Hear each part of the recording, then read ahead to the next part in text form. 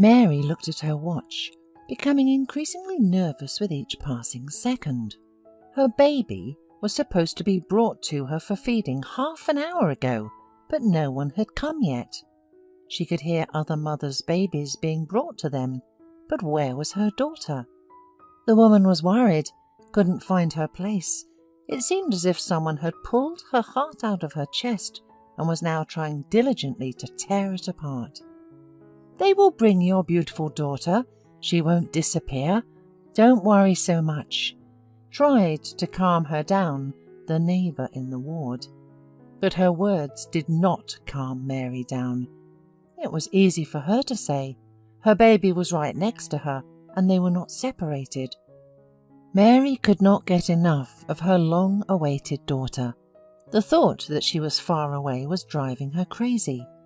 The neighbour even laughed, telling Mary to rest while she could, instead of pacing around the ward.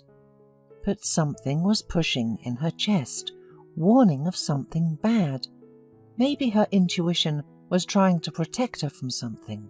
Mary's daughter was taken away again because she had high levels of bilirubin in her blood. She needed phototherapy sessions. The doctors said they would shine the lamp one last time and not separate her from her mother anymore. Unable to stand her anxiety, Mary approached the nurse, but she looked away strangely and told her to wait. Mary's heart was beating faster and faster. She barely held back tears. And when the doctor came, he whispered that the little Diana had disappeared. Mary fainted in the next second. How could they lose a baby in the maternity ward? Where would she have gone from there? When Mary came to, she thought it was some kind of cruel joke, but she realized it was not. Fate had been unfair to them. They searched for her daughter everywhere, literally turning the maternity ward upside down. Mary's husband arrived as soon as she returned to a more or less normal state and was able to tell him the terrible news. All the staff at the maternity ward checked every corner, but the little girl was nowhere to be found. The only conclusion that came to mind was that the baby had been kidnapped.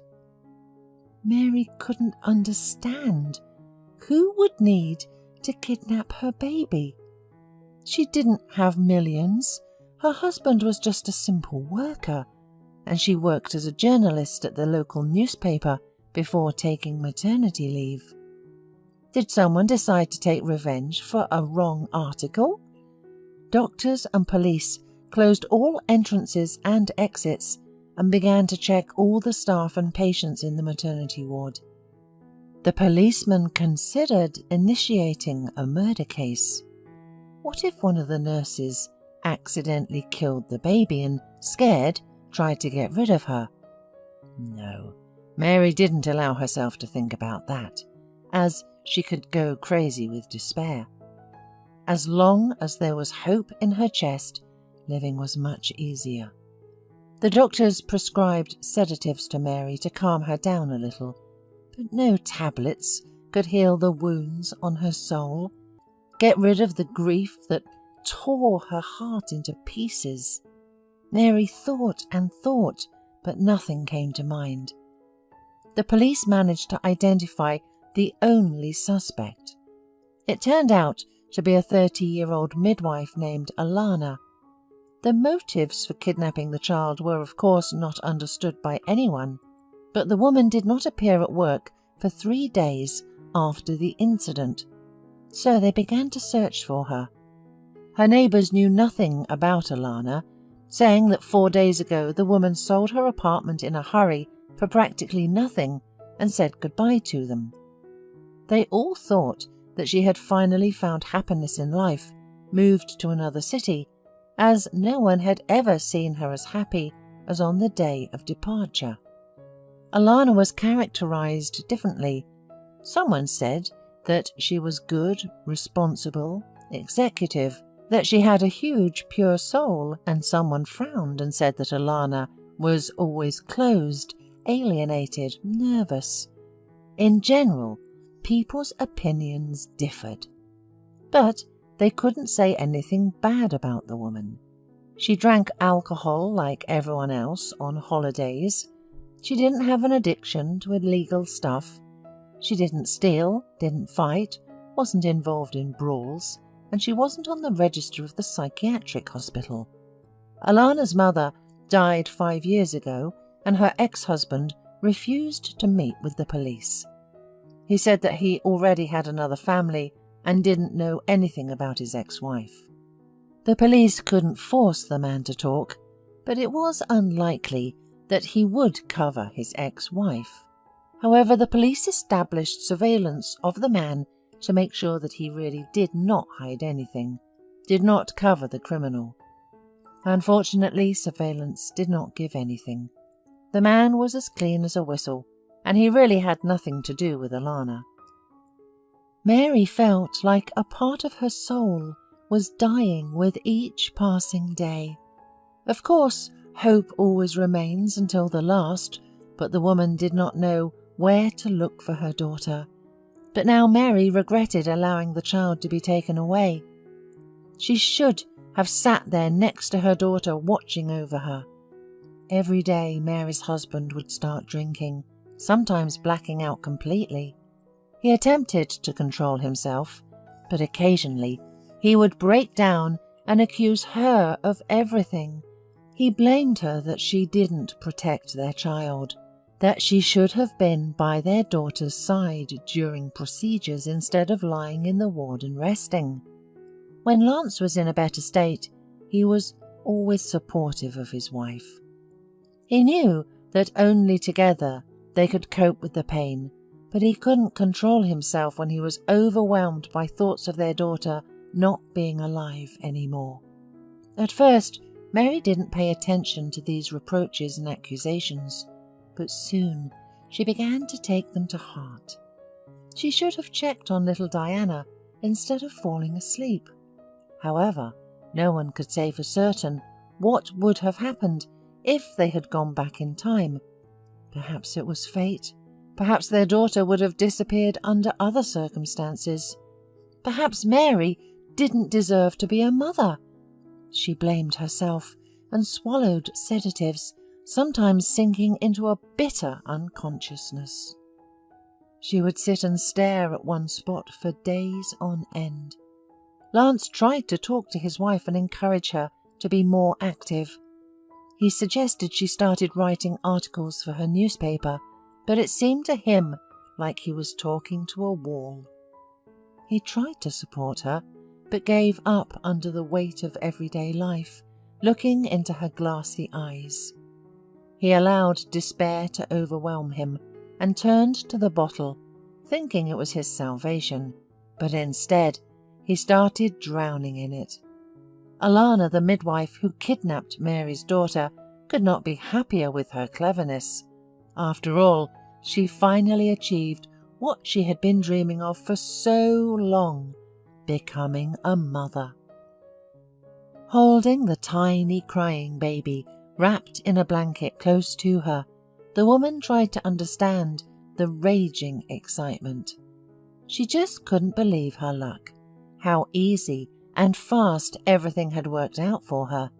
Nobody even suspected anything. And if they found out now what she had done, they wouldn't be able to find her, because she had escaped far away, too far away, and here in this God-forsaken place, nobody would dare to disturb her happiness. Alana had prepared everything in advance, buying baby clothes, a crib, formula, and plenty of powdered milk, which she periodically replenished. The hastily renovated, abandoned forester's house near the dying village became a perfect place to hide. Getting to the village was not that far away, and it was there that Alana decided to buy groceries when they ran out. After all, nothing terrible would happen to the child if she left her alone for 2 or 3 hours. But the woman didn't have time to think about what would happen when the baby grew up a little, she decided that she would solve all problems as they arise.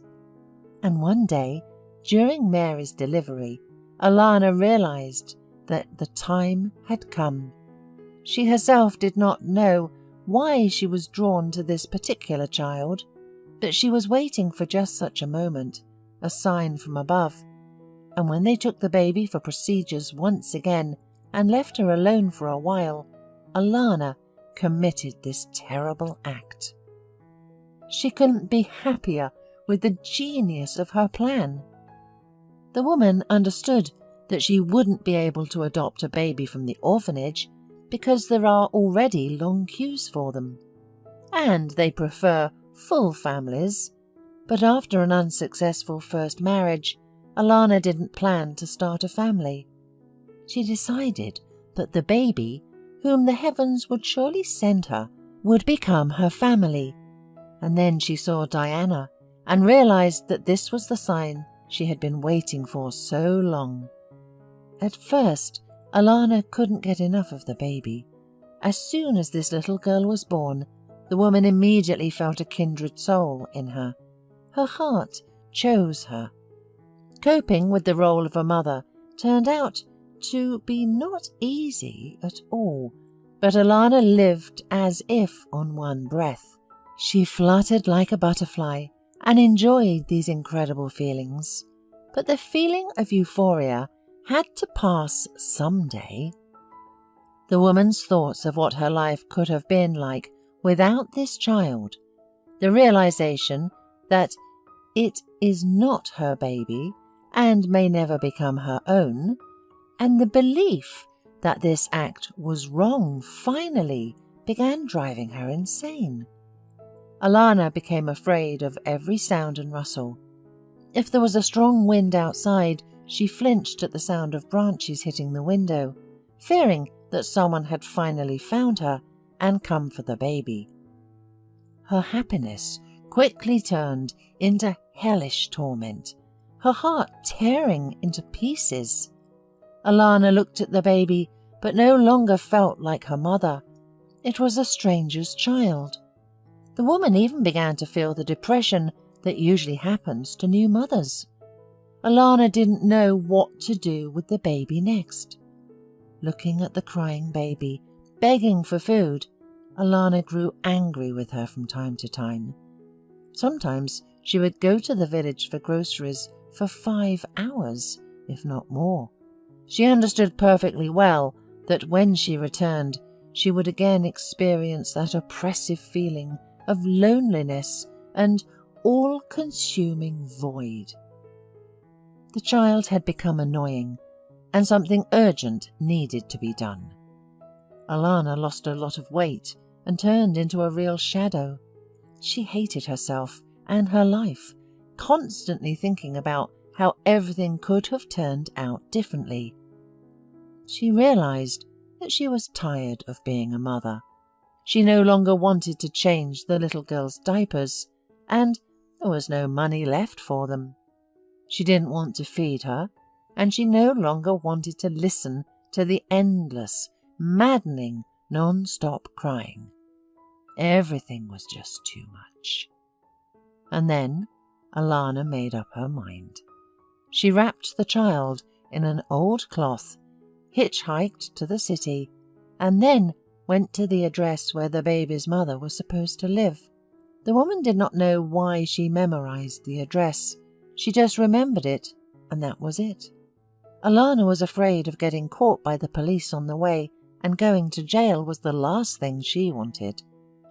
And she sincerely hoped that by returning the child to her mother, she could continue to live as she had before.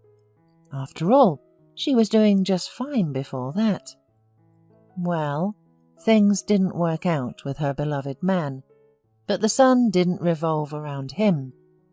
Well, she didn't have a child, and he already had a full-fledged family, so what? Not a big deal. Dragging herself from the bus stop to the entrance, angry at her uncomfortable shoes that rubbed her feet raw, the hungry girl's cries and everything around her, Alana was ready to throw the baby away, leave her on a bench, do anything just to get rid of her company as soon as possible. Alana fondly remembered her wedding with her beloved husband. They were happy together until a couple of months after the wedding, when Alana found out she was pregnant. The young couple was overjoyed, but the birth was difficult and the baby never cried. Then Alana literally went crazy. Her head was spinning, all thoughts were confused in her mind. She wanted to howl with grief. The couple began to actively try to conceive a child, but nothing worked. Alana was examined and received a disappointing diagnosis: infertility. She refused to accept this and didn't tell her husband the truth.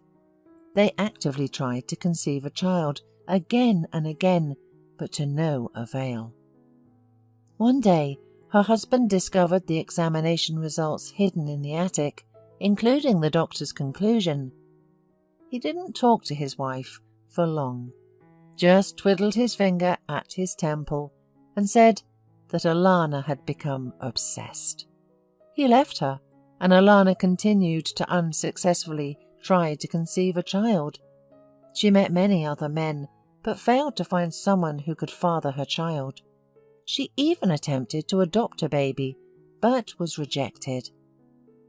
Then one day, Alana made a terrible decision, stealing a baby she considered her own. But of course, she didn't think of many things, and most importantly, that she isn't able to love someone else's baby. After searching for the correct entrance for a long time, Alana finally found it and hurried inside when an elderly couple came out. Once in the second floor, she pressed the doorbell button and waited for someone to answer. Mary opened the door, and Alana didn't immediately recognize her, as both women had changed drastically in the last 6 months, and not for the better. Without giving Mary a chance to react, Alana handed her the baby, saying, "Take your daughter back. I don't need her anymore. I'm tired of her." Mary was stunned, holding the baby in her arms, but not understanding what had just happened. She didn't know who this woman was or why she had given her the baby.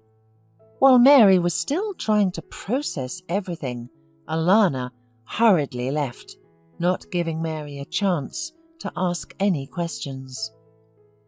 Once the door was closed, Mary stared at the baby, trying to understand what kind of cruel fate had brought her here. She had not been expecting anyone to visit, as her husband had left her just a few hours before, telling her that he was tired of her depression and that she should live alone if she continued to hope of getting her child back, who was probably long dead. The relationship with her husband had become too tense over these 6 months, and Mary was even glad that he had decided to leave, thinking that at least he could continue to live and start a new life, unlike her. When she heard the doorbell ring, Mary thought it was her husband, but it was not him. Now she didn't even know what to do with this strange gift. After a minute of shock, Mary put the baby on the bed and called her husband. "What do you want from me?" the man asked in a rough voice. "Lance, I don't know what to do. She just brought me a baby and said it's our daughter. Lance, please, help me." "Are you out of your mind? Trying to manipulate me by using a child? Mary, stop raving about that child. Enough with this nonsense." "Lance, you don't understand." Without letting his wife speak, the man hung up and turned off his phone. Mary panicked and decided to call her mother.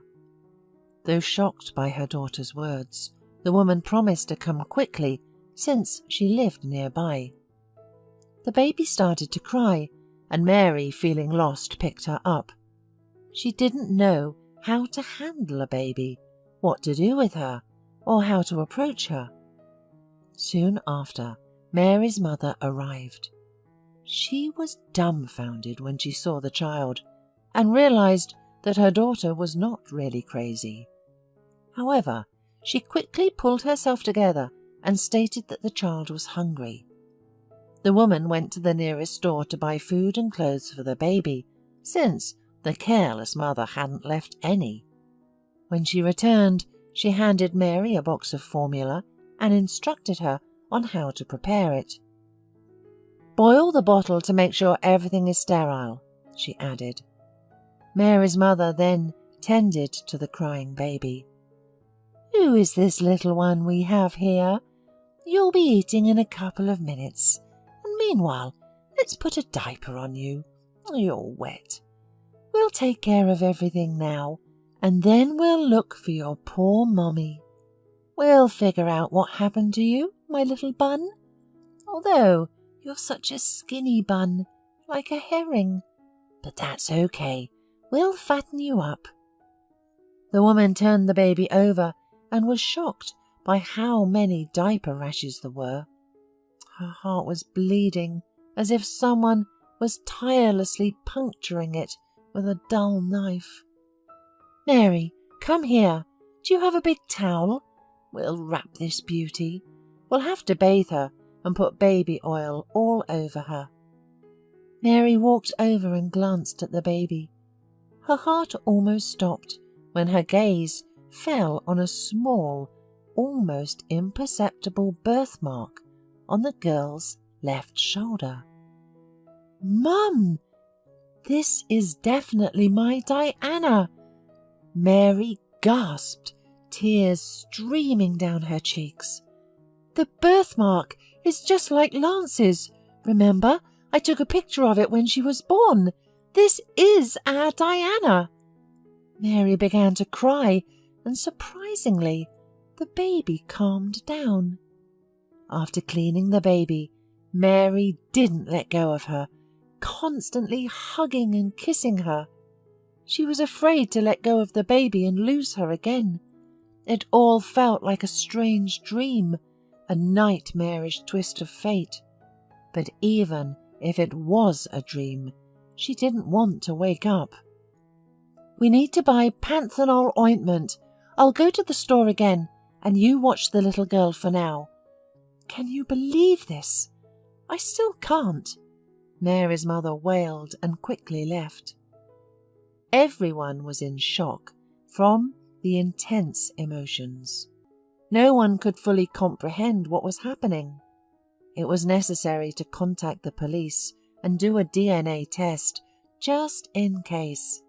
However, even without the test, it was clear that it was Diana, who was cruelly taken away from her mother and now was returned. Mary was incredibly happy. Her daughter was alive and had returned to her. Mary was angry at Alana, but she was happy that she returned the child to her instead of throwing her on the street or leaving her to die. Lance was walking down the street slowly. He felt a burning hatred towards himself, tears streaming down his cheeks, and the best moments of his life with Mary kept flashing before his eyes. He still loved his wife, but he was tired of looking at the woman who was killed by grief. He was angry. He thought he was angry at her, but he was angry at himself. And now, after her call, the man could not find a place for himself. For the umpteenth time, he opened a photo of his daughter on his phone, the one that his wife sent after the baby's birth. Because of the tears that blurred his vision, he could hardly see anything. Deciding that he simply had to return and talk to his wife again and try to convince her that they needed to move on, Lance turned around. He suddenly got afraid that Mary would do something to herself if she lost him too, and he himself could not imagine a life which she would not be there either. Yes, he had made many mistakes. They both did many bad things, said nasty things to each other, but their love was much stronger. Lance thought that Mary's condition had worsened if she called and said that they brought her some child. He had to be with his wife in this difficult moment. He had to support her and not allow her to go crazy. Lance decided that he would fight for what was between them before. After all, they promised each other not to leave each other in sorrow or joy until death do them part. The man hurried. He became scared at the mere thought that it would be too late. After reaching the required floor, Lance rang the doorbell. Mary did not open it for a long time, and he was frightened. The man began to search his pockets for keys. His hands were shaking, and the most terrible pictures of what could happen to his wife kept appearing in front of his eyes. However, the door opened, and Lance grabbed his wife in his arms and pressed her to himself, tears streaming down his face. Mary was stunned in his embrace and burst into bitter sobs. The man's heart was ready to stop in his chest. "Forgive me, Mary, forgive me. I shouldn't have left. I promised that we would cope with everything together in sorrow and in joy. Mary, forgive me. Together we will cope with all this. Do you hear me? We will cope with all this." Lance kept apologizing, kissing his wife's tear-streaked cheeks. A woman was unable to answer anything because she heard a baby crying from the bedroom. Lance was frozen in place, unable to believe his own ears. He hurried into the bedroom and saw the little one wrapped in his towel. The man barely kept himself on his feet. It was his daughter, Diana. Lance recognized her immediately. After all, she was his exact copy. He remembered perfectly all his childhood photos. The man fell to his knees and started crying. It didn't matter how the daughter returned. The main thing was that she was home and alive.